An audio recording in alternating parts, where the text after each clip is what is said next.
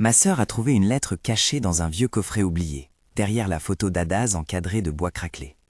Quand elle m'a tendu l'enveloppe, ses doigts tremblaient de la même façon que la pluie frappait la fenêtre de notre cuisine ce soir-là.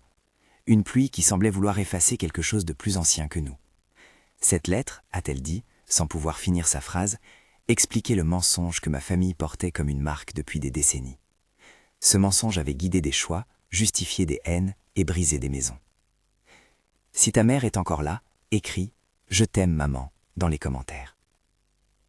La nuit où tout a basculé, la ville était lourde d'eau. Les lampadaires jetaient sur l'avenue un halo tremblant. Le panneau doré d'Adabio Holdings étincelait comme un phare, mais sous la pluie, il paraissait plus froid que jamais. Mme Grest tenait les jumeaux par la main, Nandi et Neka, petites silhouettes serrées contre son manteau simple, et attendait, immobile, devant le portail de marbre. Son visage réfléchissait la lumière des phares, et dans ses yeux on lisait une patience si profonde qu'elle en devenait presque une douleur. Shindu est arrivé au volant d'une Rolls-Royce noire dont le moteur roulait comme un animal impatient. Il avait l'allure d'un homme qui avait traversé des océans de contrats et revenait toujours en vainqueur. Pourtant, quand il a vu sa mère et les enfants sur le trottoir, il a pressé la poignée du volant jusqu'à ce que ses jointures blanchissent. Il a reconnu, immédiatement, et sans chercher à masquer, ce qu'il n'avait jamais voulu regarder. Sa maison n'était pas un refuge, mais un théâtre, et il en avait été l'acteur principal. Avant que la pluie n'étouffe les mots, il a enlevé son imperméable.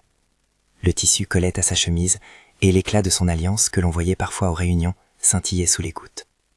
La photo d'Adaz, elle, souriante, vêtue d'un sari simple, le visage immortalisé au milieu de la première maison qu'ils avaient eue, était entourée d'un cadre qu'Adaz aimait polir le dimanche. Cette photo était devenue l'élément central d'un hôtel discret, une pierre d'attache pour des souvenirs que Shindu croyait intacts. Mais tout n'était pas ce qu'il semblait. Les nuits de fête dans le manoir avaient caché des fissures.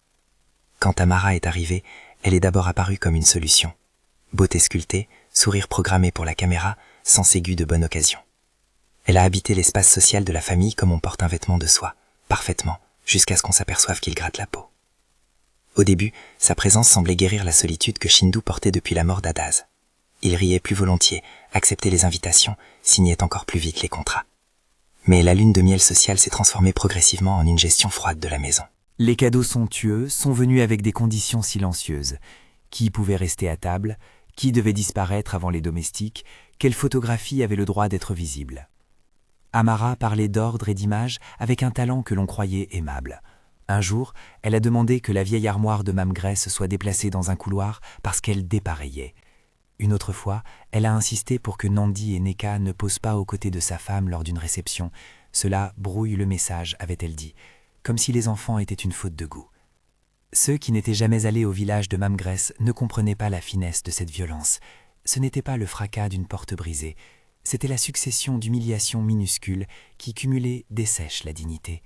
Une main qui éloigne une photo d'Adaz d'un panneau d'honneur, un verbe qui rabaisse la mère devant des invités, une porte qui se ferme plus vite pour empêcher d'entendre une voix. Chacune de ces choses avait la saveur d'une gifle prise sans bruissement. Elle laissait des marques invisibles. Shindu a vu ces signes, et parfois il les a repoussés d'un geste. Il a dit des choses, a promis de parler, a tenté des médiations timides. Pourtant, à chaque fois, la retenue du succès et la peur de perdre son empire le rendaient lent à protéger ce qui importait le plus. L'ascension lui avait appris à peser les coups, et le cœur avait appris à tolérer le poids des décisions difficiles. Les flashbacks revenaient souvent au visage d'Adaz dans ce grand cadre. Elle ne parlait pas beaucoup, mais elle avait une façon de placer ses mains sur les épaules des enfants qui réparaient pour un instant la hâte du monde. Sa voix, dans la mémoire de Shindu, restait comme un conseil doux. « Le nom, mon fils, n'est pas ce que tu veux qu'on voit, c'est ce que tu laisses derrière toi quand tu n'es plus là. » Ces mots s'étaient transformés en promesses, protéger la famille au-delà des apparences. Quand la relation avec Amara a commencé à se durcir, la maison est devenue un champ de petites batailles. Une discussion au sujet d'un dîner s'est transformée un soir en invitation à quitter le palais. Amara, avec une froideur calculée, a ordonné à Mme Gress et aux enfants de partir. Elle a dit que leur présence mettait en péril la réputation du foyer, que des gens importants jugeraient l'image d'Adabio Holdings si la scène perdurait. Les mots se sont installés dans l'air comme des pierres. La nuit de l'expulsion, la pluie martelait le marbre du perron. Mme Gress, enveloppant les jumeaux dans des couvertures trempées, n'a pas crié. Elle a ramassé quelques sacs, des vêtements, un petit tiroir de bijoux modestes, la photo d'Adaz, et a avancé. Les voisins, derrière des rideaux embués, regardaient sans intervenir. Une Rolls-Royce est passée, ses essuie-glaces dessinant des traits blancs sur la vitre, et Shindu ne s'est pas arrêté. Il était dans un bureau, loin du bruit, ou peut-être dans le silence de ses propres hésitations. Quand enfin il est revenu, il a trouvé les 3 silhouettes assises sur le bord du trottoir, et c'est seulement là, dans la lumière tremblante, qu'il a compris la portée de son aveuglement. Un des passants a dit plus tard que Mame Grace avait été giflée, pas dans le sens d'une violence crue, mais que la manière dont on lui avait arraché la dignité était une gifle lente, réitérée. Les enfants, serrés l'un contre l'autre, regardaient vers la maison froide comme si elle était un animal blessé. La scène exacte se grave dans la mémoire de ceux qui l'ont vue. La pluie, le panneau Adagio qui paraissait s'enfoncer dans la nuit, et la silhouette d'Amara qui regardait depuis la loggia, droite comme une statue, comme si elle contemplait un tableau enfin rangé. Shindu a fait demi-tour, entré dans la maison en respirant de travers, et a trouvé sur la table en marbre le verre à moitié vide d'un whisky qu'il n'avait plus le loisir d'aimer. Son alliance était posée à côté d'un journal, comme si elle n'était plus autre chose qu'un objet auquel on s'accrochait par habitude. Dans un geste qui ne cherchait pas encore la rupture, mais qui tranchait le fil d'un moment, il a pris l'alliance entre ses doigts, l'a regardée et l'a laissée glisser sur la surface froide du marbre. Le son, un petit cliquetis, a été plus fort que tout le reste. Personne n'a reçu ce bruit comme une rupture définitive. Pour l'instant, c'était juste la colère liquide d'un homme qui réalisait qu'il avait laissé s'installer quelque chose d'inacceptable. Après, les heures se sont étirées. Les murmures en circulaient. Il faut choisir entre sa réputation et sa mère. Il faut calibrer l'image pour les investisseurs. Les mots présentaient l'alternative comme inévitable. Shindu a rejoint sa chambre, a fermé la porte et s'est assis sur le sol, le dos contre la tête du lit, fixant le cadre où Hadas souriait toujours. La photo, malgré tout, gardait une sorte de vérité simple que tout le luxe n'avait pas su effacer. C'est à ce moment que ma sœur a trouvé la lettre. Elle était dissimulée derrière une ancienne boîte à couture dans la chambre d'Hadas. La boîte sentait le tissu et le temps. Ma sœur a dégrafé le fermoir avec des ongles qui tremblaient, a sorti une pile de lettres liées par un ruban, et au milieu, une enveloppe jaunie. Le nom, écrit d'une écriture fine, portait la signature d'Hadas. Ma sœur n'a pas tout lu. Elle a pris l'enveloppe et est sortie dans la nuit comme si la pluie avait cessé, comme si la pluie avait été absorbée par la peau qu'on croyait imperméable de la famille. Ce que contenait la lettre n'était pas un règlement de compte, ni un aveu dramatique. C'était une confession murmurée, un récit destiné à la postérité plus qu'à la vengeance. Je me souviens du ton. Il était à la fois tendre et lucide, comme quelqu'un qui sait que la vérité, si elle est mal portée, peut blesser autant qu'elle peut guérir. Voici quelques lignes que ma sœur a lues à voix basse, sans artifice, et que je répète ici parce qu'elles ont fait vaciller notre manière de voir les choses. Mon amour, si cette lettre te trouve, ou trouve l'une de nos mains, sache que je n'ai jamais voulu que nos enfants vivent avec cette peur de l'indignité. Quand j'ai quitté la maison de ma mère pour épouser Shindu, j'ai pris sur moi un secret que j'ai cru devoir enterrer. On a raconté, contre moi et parfois autour de moi, que nous avions eu honte, que nous avions fui notre nom. Ce n'était pas la honte qui nous guidait, mais la peur de nous voir affamés, la peur des portes qui se ferment pour des raisons que je comprends aujourd'hui. J'ai, par amour, accepté des demi-vérités pour protéger des petits cœurs. Mais à force de taire, nous avons laissé un mensonge grandir, celui qui dit que nous sommes indignes de rester. Ne confondez pas sacrifice et faiblesse. Si jamais quelqu'un trouve ces mots, qu'il sache que le mensonge n'est pas né de la misère, mais de la volonté de la cacher. Ces phrases, simples, ont jeté une lumière crue sur ce qui rôdait sous les gestes d'Amara. La peur d'être perçu comme démuni, la conviction que l'ascension sociale est tout ce qui vaut la peine. Le mensonge transmis n'était pas une histoire de vol ou de crime, mais une herbe toxique de honte et de peur semée pour écarter la catastrophe de la visibilité. En se défaisant de l'apparence de fragilité, la famille avait appris à haïr la fragilité chez les autres. Lire ces mots a provoqué chez ma sœur un vertige. Elle s'est assise sur le seuil, la lettre serrée contre sa poitrine, comme si elle contenait à la fois une clé et une épée. Dans le silence qui a suivi, on pouvait presque entendre la ville respirer différemment, comme si un couvercle se levait et laissait remonter l'air ancien. Je revois encore la façon dont elle plia la lettre ensuite, non pour la ranger, mais pour la garder. Elle savait que ce papier allait bouleverser ce que l'on racontait à table, nos excuses, nos petits arrangements. La vérité contenue dans ces lignes montrait que les gestes d'Amara, aussi durs et parfois cruels qu'ils furent, n'étaient pas nés d'une soif de puissance vide. Ils étaient l'écho d'une peur enseignée, adoptée, puis réamplifiée. C'était la révélation que parfois les opprimés prennent le masque des oppresseurs pour ne plus jamais ressentir l'humiliation. Dans les jours qui suivirent, le manoir a continué à respirer à mi-voix. Des conseillers sont venus, des visages polis, des paroles. Nous devons gérer l'image. Shindu a été vu dans des réunions tardives, les traits tirés. Ma sœur, elle, ne pouvait pas rester spectatrice. Elle a posé la lettre sur sa table de travail et a commencé à comprendre que tenir la vérité, ce n'était plus simplement raconter, c'était devoir l'apporter en public. Une lettre dans une cuisine devient soudain un levier trop lourd pour les seules mains de famille. Il y a eu des conversations fermées, des appels étouffés. Mame Grace, elle, ne parlait pas beaucoup des mots d'Adaz. Elle avait les épaules larges pour supporter la pluie, et quand elle prenait la parole, c'était pour rappeler l'essentiel. Les enfants doivent manger, et le sang que tu portes est le nôtre. Sa foi n'était pas une prophétie grandiose, c'était une constance, une prière silencieuse que la dignité trouve sa place malgré tout. Amara, de son côté, a continué à réguler les présences. Sa manière de tenir la maison n'était pas seulement de l'ambition, c'était une armure contre la peur que, si quelqu'un découvrait l'origine de la faiblesse supposée, tout leur monde s'effondrait. Dans son récit intérieur, elle était la garante du foyer. Cela ne la disculpait pas des actes, mais dessinait une origin story humaine, une femme qui n'avait pas appris à distinguer la protection de la tyrannie. La lettre, cependant, commençait à faire son œuvre. Elle poussait les conversations, tremblantes d'abord, puis plus claires. Ma sœur a commencé à glisser des phrases dans les discussions, évoquant la possibilité que la honte ait été inventée, suggérant que la peur s'était propagée et que, si on ne la déconstruisait pas, elle continuerait à infecter d'autres vies.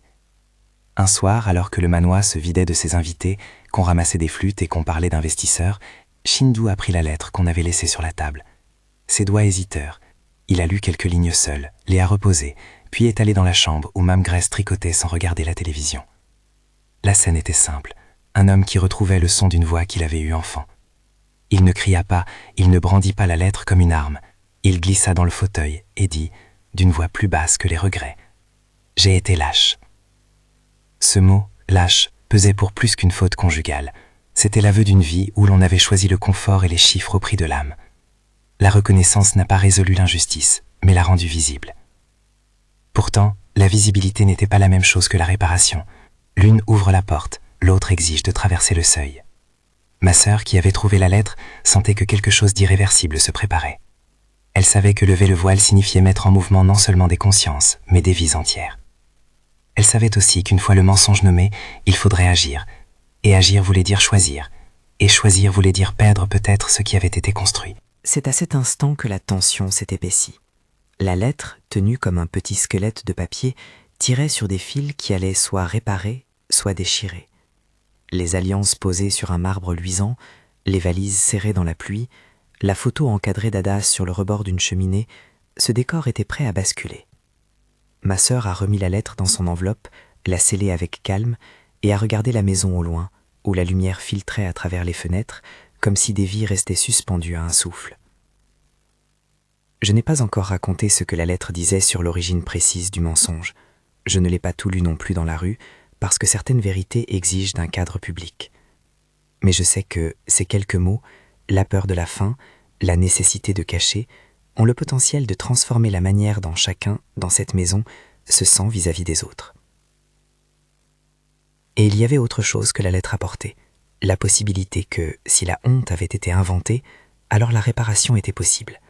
Non pas par des mots officiels, ni par des dons somptueux, mais par des gestes qui diraient « Nous avons été erronés, nous allons apprendre autrement ».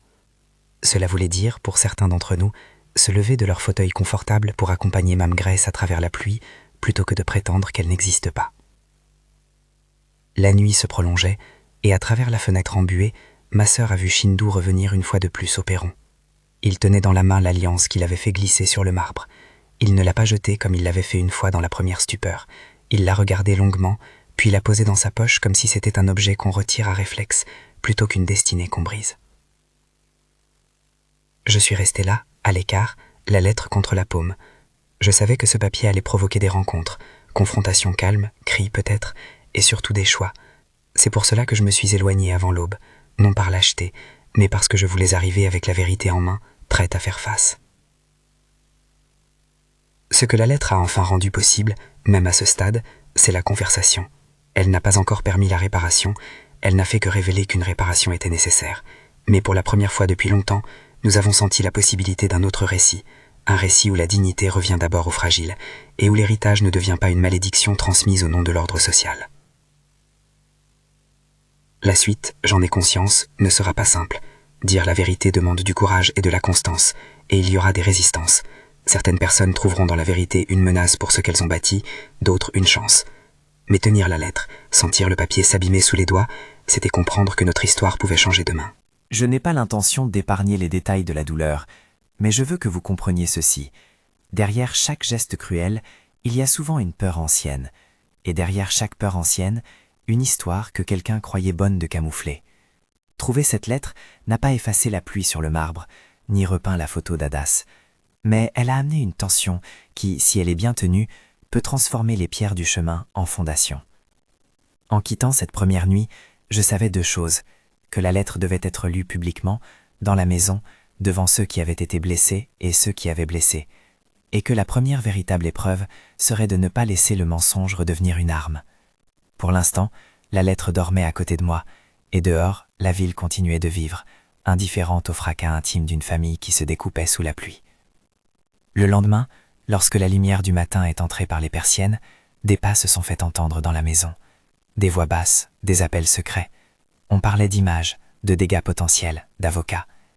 Ma sœur s'est levée, a frotté ses mains comme pour les réchauffer, et a décidé qu'elle ne pouvait plus rester spectatrice. La lettre, qui jusque-là avait été un symbole privé, allait devenir une pierre angulaire. Elle allait aussi, probablement, être la cause d'un grand remue-ménage.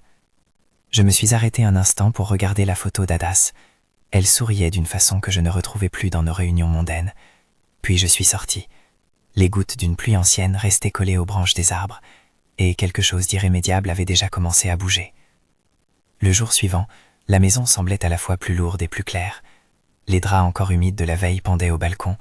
Quelque chose avait été déplacé dans l'air, une promesse de vérité qui refusait de rester pliée. Ma sœur fit un plan, sans le dire à voix haute.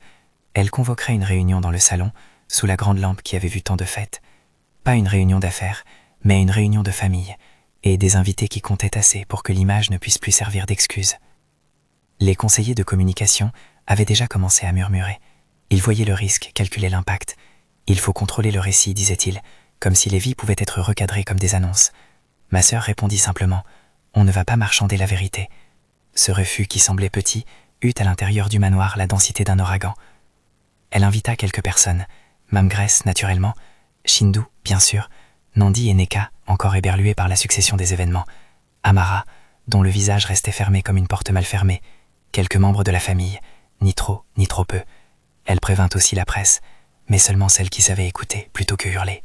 L'objectif était inhabituel. Ne pas étouffer la question, mais non plus l'exposer comme un spectacle cruel. La lettre devait être lue. Le mensonge devait être nommé devant ceux qui l'avaient alimenté et ceux qui en avaient souffert. La veille du rendez-vous, le manoir prit une apparence fardée. Les tables étaient dressées sans ostentation, des fleurs modestes, des assiettes discrètes. Mais la vraie mise en scène se trouvait ailleurs. Sur la table basse du salon, parmi des piles de catalogues et d'agendas, ma sœur posa l'enveloppe jaunie, la sentant comme un petit volcan prêt à entr'ouvrir ses lèvres.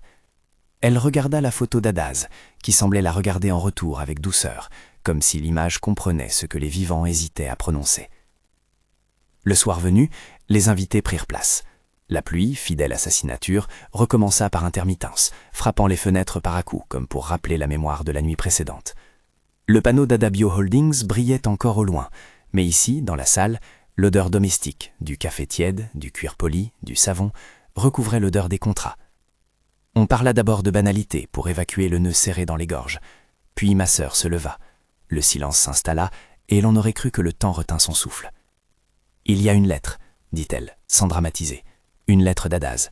Sa voix n'était pas tremblante, elle était décidée. Je vais la lire. » Personne ne protesta. Certains regardaient leurs mains, d'autres la photographie encadrée. Amara baissa légèrement le regard, mais ses mains trahissaient une tension. Elle repliait et dépliait nerveusement une serviette. Il n'y eut pas de projecteur, pas de caméra de presse à l'intérieur. La confrontation serait intime, mais la vérité, une fois dite, sortirait de la maison comme une rivière que l'on ouvre. Ma sœur déplia la lettre avec une révérence calme. Elle lut d'abord les lignes qui n'avaient pas été dites la nuit de la découverte, des phrases simples, presque banales, mais qui portaient le poids d'une confession tenue trop longtemps. Les mots d'Adaz glissèrent dans la pièce comme si une main revenait réparer un tissu déchiré. « Je n'ai pas toujours été forte, dit Adaz sur le papier. J'ai porté des non-dits pour que mes enfants n'entendent pas mes terreurs. J'ai prétendu que tout allait bien quand nous avions faim. J'ai dit que nous venions d'un autre quartier pour protéger l'avenir, et ce mensonge a grandi jusqu'à devenir la boussole de nos vies. J'avais peur que connaître l'origine vous arrache des portes. J'ai cru qu'en masquant le manque, je vous donnais la dignité. J'avais tort. » Quand ma sœur leva la tête, la salle était figée. Les phrases étaient simples, mais explosives. Non par leur violence, mais parce qu'elles réinventaient la logique qui avait façonné chacun. Dans ces lignes, la honte se révélait comme une construction défensive, et la peur d'Adaz se transformait en clé de lecture.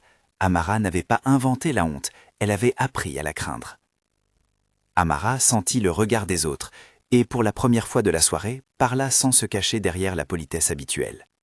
Sa voix n'était pas criarde, elle était trempée d'une fatigue longue et d'une colère qui n'était pas seulement contre les autres. « Je ne me suis jamais sentie digne, admit-elle. Je n'ai pas su comment être autre chose que la gardienne d'une façade. Quand j'ai entendu des détails du passé, j'ai cru que c'était ma responsabilité d'empêcher la contagion. Mais j'ai confondu prévention et violence. Sa confession ne fut pas une absolution, personne n'allait effacer les humiliations subies. Mais elle changeait la nature du débat. L'agression n'était plus vue comme un simple désir de pouvoir, elle prenait la forme d'une tentative perverse de survie. Cela ne justifiait pas de jeter Mamgrès et les jumeaux sous la pluie, mais cela permettait à ceux qui écoutaient de voir que les actes étaient enchevêtrés avec des peurs qui avaient voyagé à travers le temps. Shindu, qui avait observé la scène comme si elle se déroulait à travers une vitre, se leva alors. Ses traits avaient la gravité de quelqu'un qui avait porté des décisions lourdes trop longtemps. Il prit la lettre que ma sœur lui tendit, et parcourut silencieusement encore une fois les lignes. Puis il posa la main sur l'épaule de Mamgrès, comme pour vérifier qu'elle était là, réelle, palpable. « J'ai cru, pendant longtemps, que protéger l'image suffisait à protéger les personnes, dit-il, et sa voix se rompit un peu. Je me suis trompé. J'ai toléré des choses pour ne pas déranger les investisseurs ou pour éviter le scandale. J'ai calé des priorités qui n'auraient jamais dû prévaloir. Je suis venu vous chercher ce soir pour réparer, pas pour être blanchi. » Il y eut des murmures. Certains demandaient comment réparer ce qui avait été brisé. D'autres avaient des mots d'accusation prêts, comme si la réponse devait être une punition rapide et publique. Mais Shindu prit une décision ferme qui fit s'arrêter plusieurs ventilateurs de pensée à la fois. Il se dirigea vers la table, retira une petite mallette de son sac et en sortit un pli officiel. C'était un accord prénuptial. Un document légal dont la conversation avait souvent été évitée. Et une feuille de papier connexe. Un extrait montrant sa volonté de dissoudre cette alliance. Il posa les papiers sur la table, les yeux parcourant la pièce. Puis, d'un geste simple mais lourd de symbole, il défit l'alliance de son toit. Et la laissa glisser sur le marbre encore chaud des lumières. Le cliquetis résonna plus fort que la pluie. Ceux qui avaient assisté au moment de la Rolls-Royce virent là une réplique. L'alliance jetée d'abord en précipitation, puis humblement posée en acte volontaire. Ce geste ne fut pas une vengeance, ce fut une rupture propre, volontaire et assumée. « Je veux que notre maison soit toit pour les nôtres d'abord, » dit Shindu. « Je ne veux plus que l'image fasse loi. Amara, tu dois choisir. Accepter d'accompagner ce changement, chercher de l'aide ou partir. Ma décision est prise. Je ne veux plus que ma mère et mes enfants soient déplacés comme des objets. » Sa voix était à la fois tremblante et étrangement douce, comme quelqu'un qui déclare une transformation intérieure. Amara resta quelques secondes immobile, comme si une partie d'elle-même entendait la possibilité d'une sortie différente. Elle serra les poings, puis elle acquiesça à contre-cœur. « Je accepterai une aide. Je dois apprendre à différencier ce qui sauve de ce qui blesse. » Ce n'était ni une repentance complète, ni une justification. C'était la première parole d'un chemin incertain. Après ce moment, la réunion glissa vers la réparation pratique. Les conseillers ne purent imposer leur tableau Excel. Le débat devint humain. Qui ferait quoi pour réparer? comment rendre visible un soutien qui ne soit pas symbolique?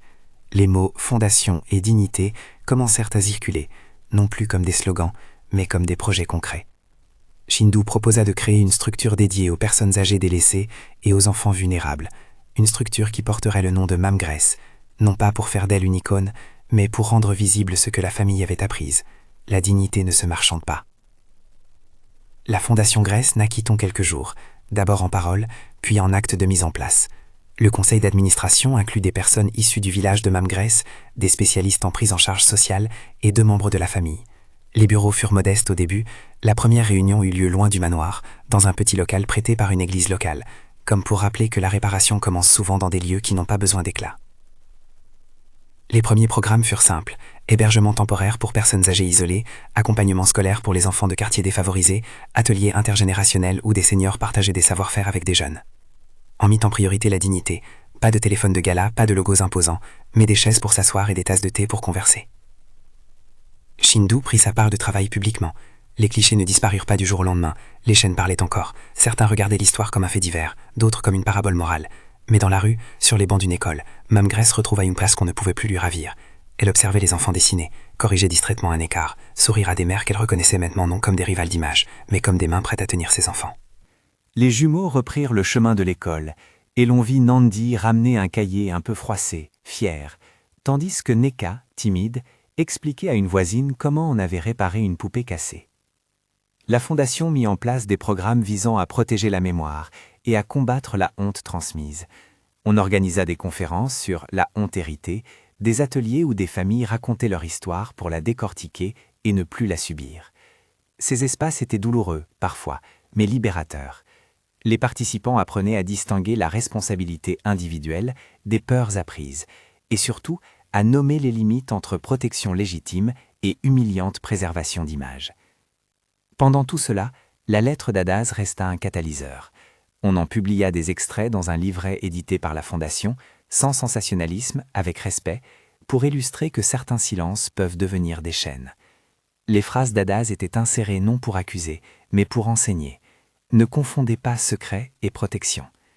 Ces mots échappaient à la maison et entraient dans des foyers qui avaient vécu des choses semblables sans le savoir.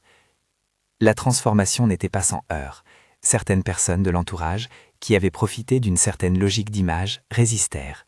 Il y eut des procès d'intention, des appels à l'ordre, des invitations à revenir à une normalité qui privilégiait le paraître. Mais la famille, désormais, avait trouvé une boussole différente. Shindu se rendit à des réunions de terrain, non pour être vu, mais pour voir. Il alla visiter un centre où des personnes âgées étaient accueillies, assis sur un banc, parlant avec des bénévoles. Il apprit à reconnaître le vide silencieux que la richesse n'avait pas réussi à combler. Amara, de son côté, commença un travail de reconstruction personnelle.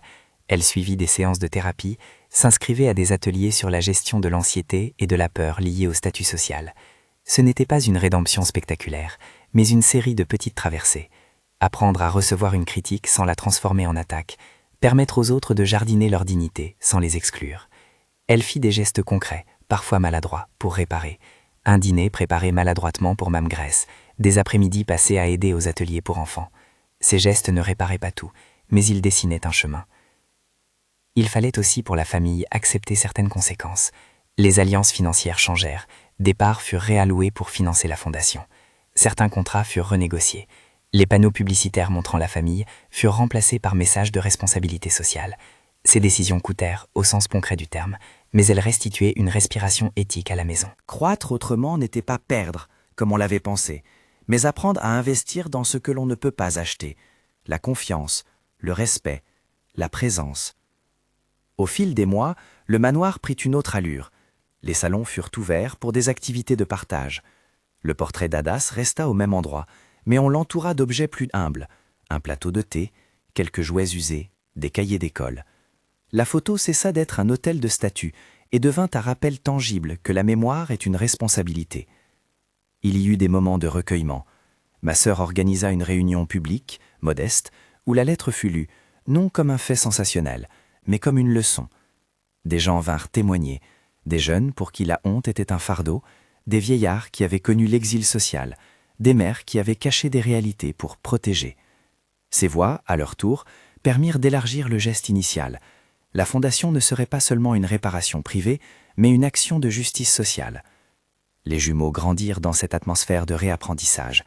Ils virent leur père pleurer à voix basse, mais aussi s'agenouiller pour attacher un lacet. Ils virent leur grand-mère enseigner une recette de soupe à des volontaires qui l'enregistraient comme s'il s'agissait d'un trésor. Ils apprirent que la dignité se construit par des actes répétés plus que par des discours. Nandi ramassa un jour une assiette tombée et la porta avec sérieux. Neka corrigea une jeune fille dans son orthographe.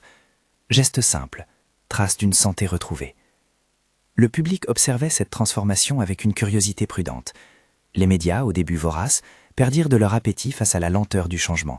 Réparer se fait dans l'épaisseur du temps, non dans la fulgurance d'un titre. Pourtant, l'exemple attira des partenaires. ONG locales qui souhaitaient adapter le modèle à d'autres contextes. Institutions qui voulaient financer des programmes de prévention de la honte transmise. Écoles qui voulaient ouvrir des ateliers intergénérationnels. Ce ne fut pas un conte sans cicatrices. Certains dans la famille ne pardonnèrent jamais complètement. D'autres trouvèrent des routes alternatives. Certains s'éloignèrent définitivement. Mais la plupart retrouvèrent une forme d'équilibre. Des soirées de jeux en famille, des visites hebdomadaires à Mamgrès, des appels spontanés. L'essentiel était que l'ordre des priorités avait changé. Ma sœur, de son côté, écrivait un petit carnet où elle consignait les réactions, les phrases qui avaient touché, les erreurs commises. Elle ne cherchait pas à se glorifier. Elle acceptait d'avoir été à la fois spectatrice et impulsion. Elle considérait sa découverte comme une responsabilité. Avoir trouvé la lettre l'obligeait à veiller à ce que la vérité ne soit pas simplement prononcée, mais intégrée. Un jour, lors d'une visite du programme de la Fondation à une école du quartier, un garçon se leva devant ses camarades et dit « Ma grand-mère cache toujours pourquoi on vit petit. Maintenant, on parle. » Il n'y eut pas d'ovation, juste des regards et des larmes contenues. Ces petites victoires étaient celles qui duraient. La lettre d'Adaz, tout en restant un document fragile, devint un symbole de ce que la famille n'accepterait plus, que la honte soit l'instrument de décision qui blesse. Elle ne servit pas à condamner, mais à enseigner. En cela, elle eut le pouvoir inattendu d'inverser une logique transmise, et la famille, imparfaite, lente, commença à forger un autre héritage, celui d'écouter et de protéger, sans effacer. Je voudrais à présent raconter une scène qui résume bien cet apprentissage. Ce fut un soir d'automne, 2 ans après la lecture. La Fondation organisait une petite fête de quartier pour réunir des bénéficiaires et des bénévoles. On avait installé des tables sur le trottoir, des lampions improvisés et un grand plat de riz qui sentait la coriandre. Les jumeaux couraient entre les chaises, entraînant quelques adultes, et Mamgrès, accroupie, montrait à une jeune femme comment éplucher des légumes. Amara, sans la distance d'autrefois, riait d'une plaisanterie faite par Neka, et Shindu, légèrement transfiguré d'une paix nouvelle, servait du thé à des voisins. Au milieu de cette simplicité retrouvée, ma sœur reprit la lettre, non pour la brandir, mais pour la poser sur une table d'enfant comme une relique intime. Un garçon s'approcha, la prit entre ses mains, en regarda l'écriture, puis dit « C'est comme si quelqu'un avait dit qu'on avait le droit d'exister. » Il n'y eut pas de grand discours, juste l'acceptation silencieuse que la vérité, quand elle est accompagnée d'actes, permet aux petites vies de reprendre souffle. Je regarde souvent cette image quand je veux me rappeler que la réparation est possible. Une table de quartier, des lampions, une vieille lettre et des enfants qui jouent. Ce n'est pas que tous les problèmes sont effacés, les peurs reviennent parfois, les vieux réflexes ressurgissent, mais il y a désormais des dispositifs, des conversations, des ateliers qui permettent de dire ces peurs et de les traiter avant qu'elles ne se transforment en actes. La mère, Mamgrès, vieillit encore, mais elle vieillit entourée. Elle garde sa façon de serrer les mains qui réparent. Elle garde la dignité de quelqu'un qui a traversé la pluie et a appris à demander un parapluie plutôt que de se cacher. Les jumeaux apprennent à poser des questions difficiles. Ils apprennent à être en colère, mais aussi à chercher la compréhension.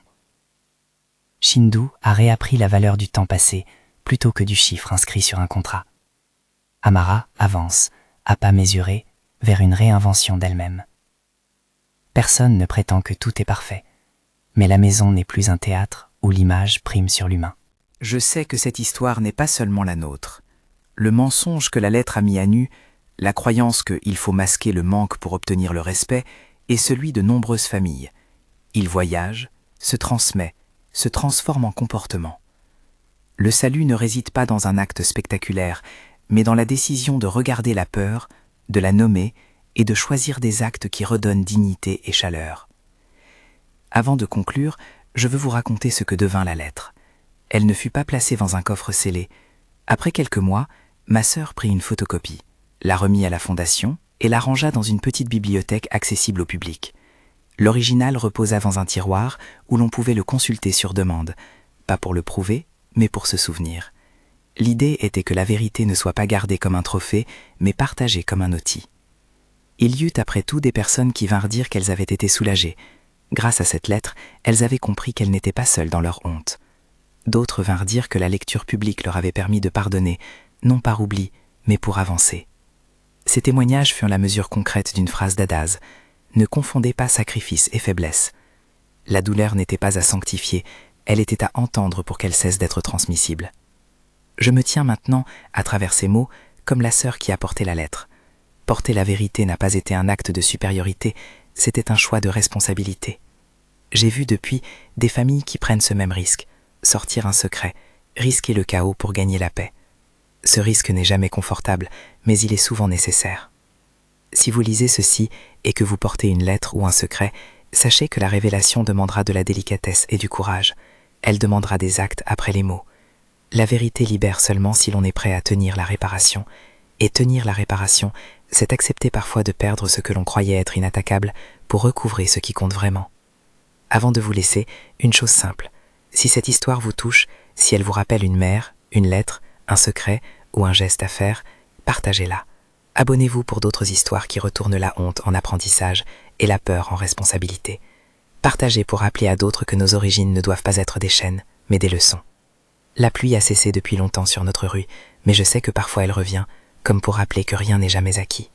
Ce jour-là, cependant, la maison a choisi de se tenir ensemble, et c'est cela que je voulais vous raconter. La lettre que ma sœur a trouvée a éclairé un mensonge ancien, et cet éclairage a permis à la famille de choisir autrement. Ce choix n'a pas tout guéri, il a commencé un travail persévérant, patient, souvent humble. Et cela, pour moi, suffit à croire que l'amour et la responsabilité peuvent rompre des chaînes.